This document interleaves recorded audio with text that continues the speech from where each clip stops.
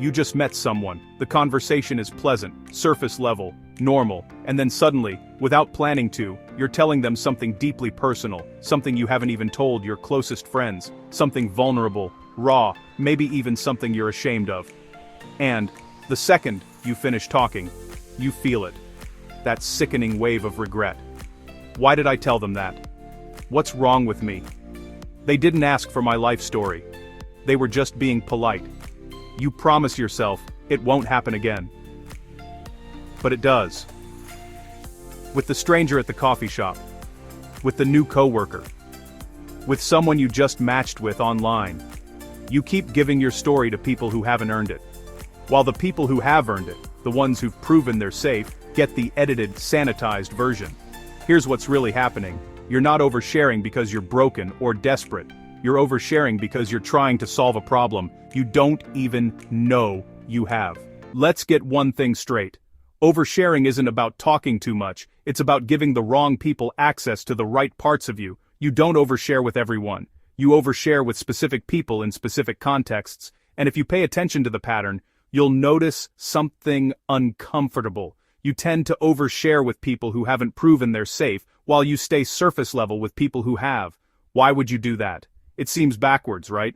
Logically, you should share deeply with trusted people and keep strangers at arm's length. But here's the truth. Nobody tells you. Oversharing isn't about connection, it's about control. When you overshare with someone who doesn't know you, you get to control the narrative. You get to tell them who you are before they form their own opinion. You get to preemptively explain your flaws, your past, your struggles, so that if they reject you, you can tell yourself, it's because of what you shared, not because of who you are.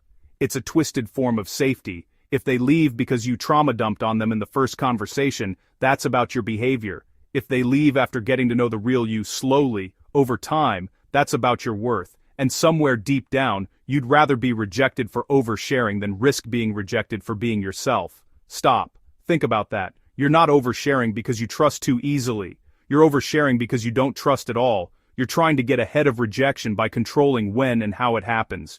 You're testing people immediately, instead of letting them prove themselves over time.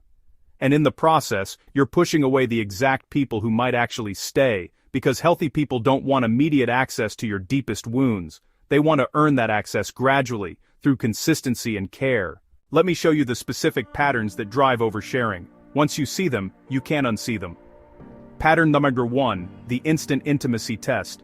You meet someone new, and within the first few interactions, you escalate to deep vulnerability immediately. Not because the conversation naturally went there, because you steered it there. You ask deep questions. You share personal stories. You skip right past small talk into the territory of childhood wounds, past relationships, insecurities, fears, and here's what you're really doing. You're testing whether they can handle the real you. You're thinking, if I show them who I really am right away and they stick around, then I'll know they're safe.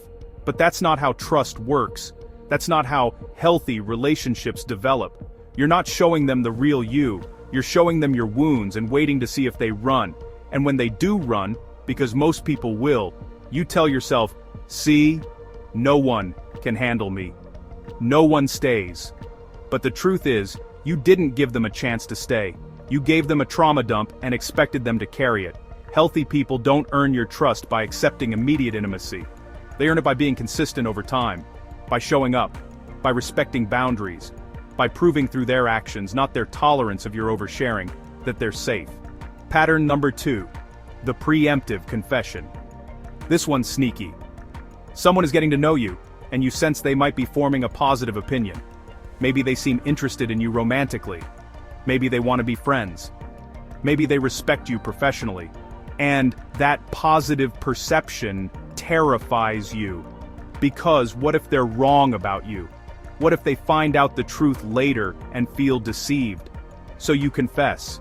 You tell them about your failures, your mistakes, your flaws, your past. Not because it's relevant, not because they asked, because you're trying to manage their expectations before they get too high.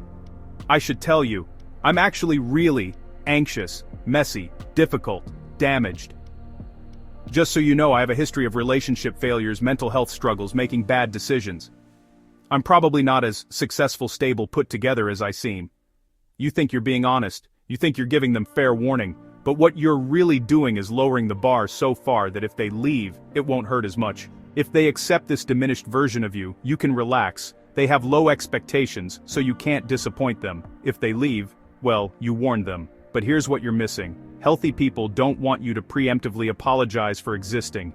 They want to discover who you are over time. They want to form their own opinions based on actual experience with you, not based on your self-deprecating warnings.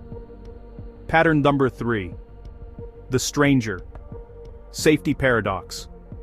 This is the pattern underneath everything else. You share more with strangers than with people who've earned your trust. The person sitting next to you on a plane gets your whole life story. The therapist you've been seeing for months gets the sanitized version. The acquaintance at a party hears about your childhood trauma.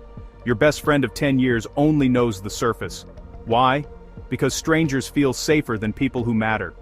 If a stranger judges you, who cares? You'll never see them again. Their opinion is consequence-free, but if someone who matters judges you, if someone you care about sees the real you and rejects it, that's devastating. So you practice vulnerability with people who don't count. You tell your story to people who have no investment in you. You overshare with the wrong people because they're the only ones who feel safe enough to overshare with. And then you wonder why you feel so lonely. Why you have so many surface-level relationships and so few deep ones. Why people know your story, but don't really know you. It's because you're using strangers for therapy and keeping the people who care about you at arm's length. If you're recognizing yourself in these patterns, if you're having that uncomfortable realization that oversharing isn't about connection, it's about control and fear, this is exactly why I create this content every week. If these insights are landing, hit subscribe. Every week, I break down the psychological patterns that keep self-aware people stuck in cycles they don't understand, so you can see what's really happening and change it. This is just the beginning of understanding how to build actual intimacy, instead of performing vulnerability with the wrong people.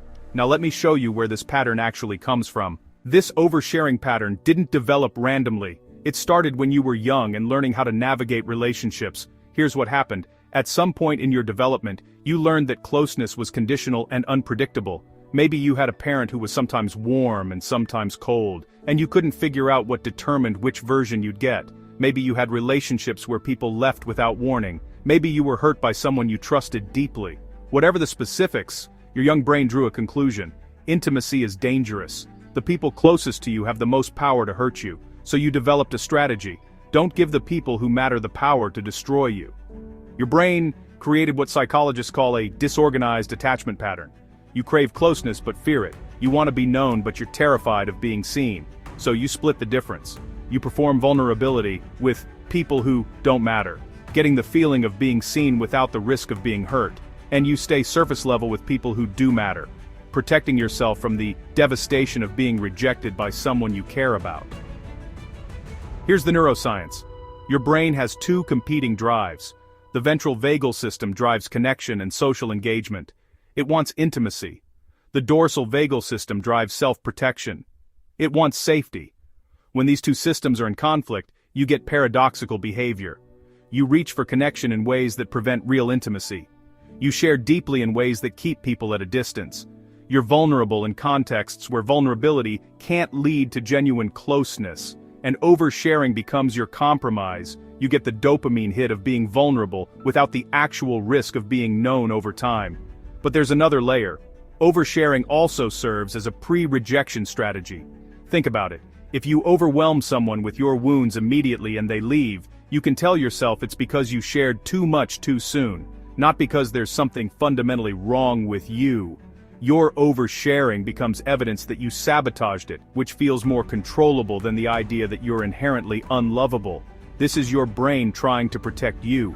If rejection is inevitable, which is what you learned early on, then better to control when and how it happens. Better to get it over with quickly. Better to know immediately if someone can handle you. Except that's not actually how healthy relationships work.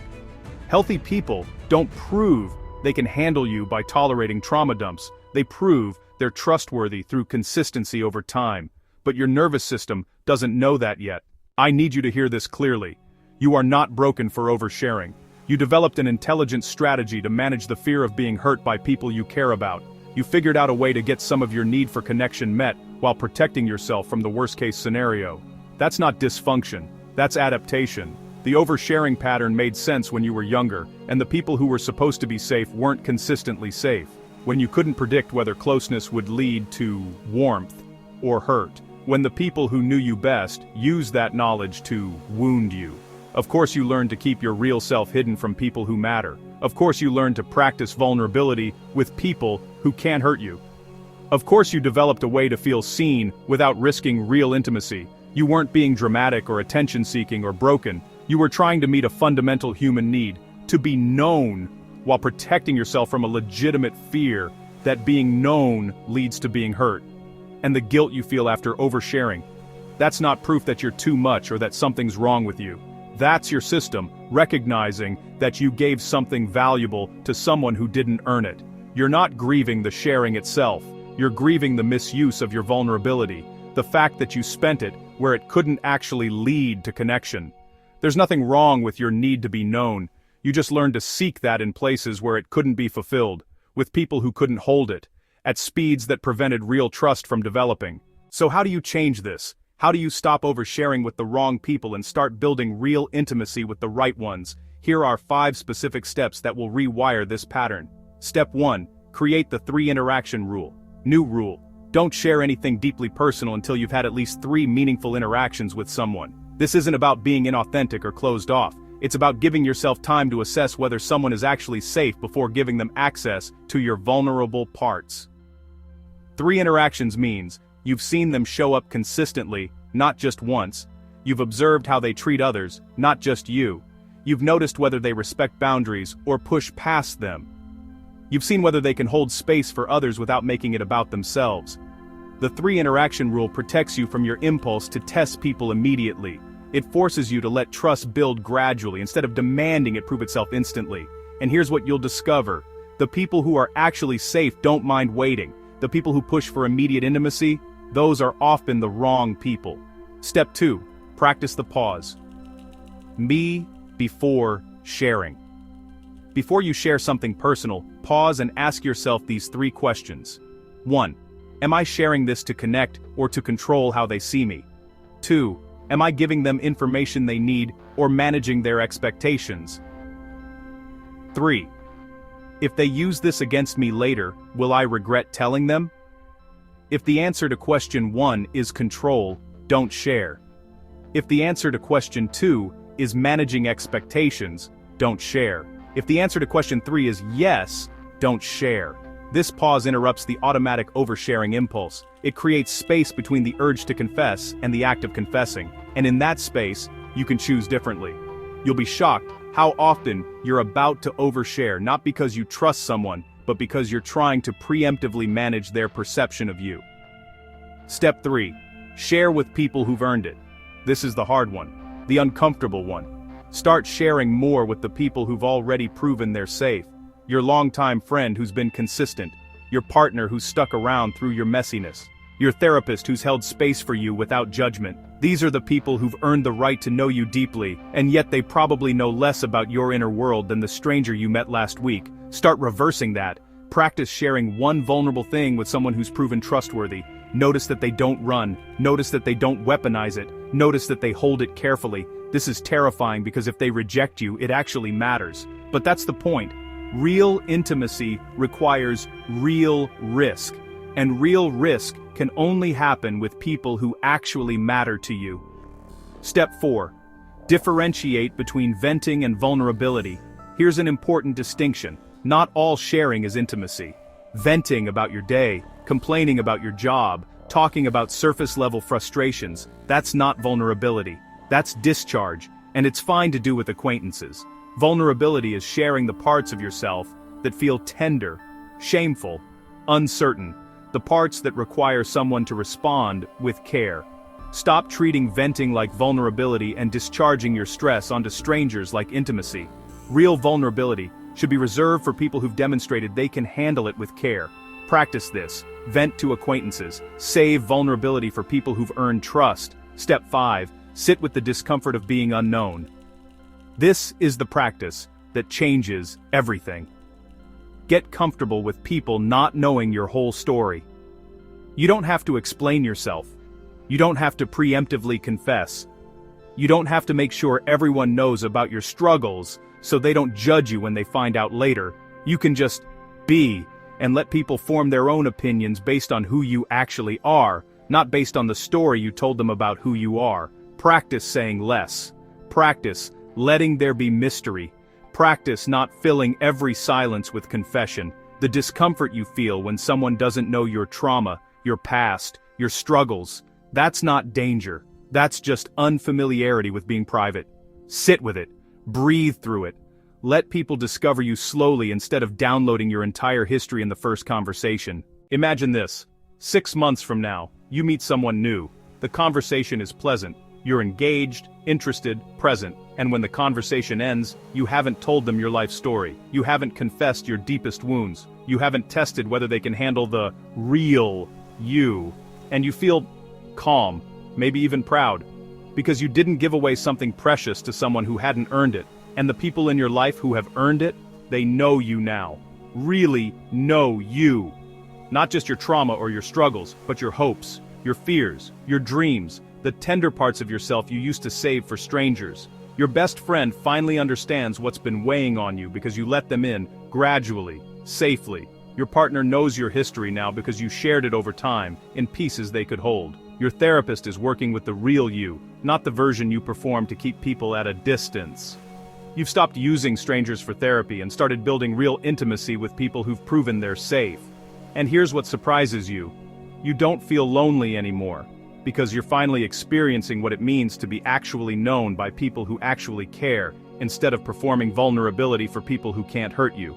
The stranger on the plane doesn't get your trauma. The new coworker doesn't get your childhood story. The person you just met doesn't get immediate access to your wounds. But the people who've shown up consistently, who've proven they care, who've earned your trust, they get the real you, slowly, safely, in doses they can hold and you can survive sharing. And that feels like actual connection, not the performance of it, the real thing. You've just spent the last 12 minutes understanding why you overshare with the wrong people and how to stop. That's deep work. If you've made it this far, you're ready for real change. You're not just consuming content, you're actively engaging with your patterns and committing to transformation. Join us as we continue this journey together. Every week, I create videos that help you understand the psychological patterns keeping you stuck and give you tools to build healthier relationships with yourself and others. This community is full of people learning to share wisely, trust gradually, and build real intimacy with the right people. You belong here. Subscribe to be part of this ongoing transformation. Here's your challenge for this week. Practice the 3 interaction rule with one new person, and practice sharing one vulnerable thing with someone who's already earned your trust. Notice the difference. Notice how it feels to protect your story from people who haven't proven they're safe. Notice how it feels to give it to someone who has. You don't owe everyone your story. You're allowed to be private. You're allowed to let people earn access to you gradually. Subscribe as you commit to building real intimacy instead of performing vulnerability. Share this with someone who overshares and regrets it. Comment below.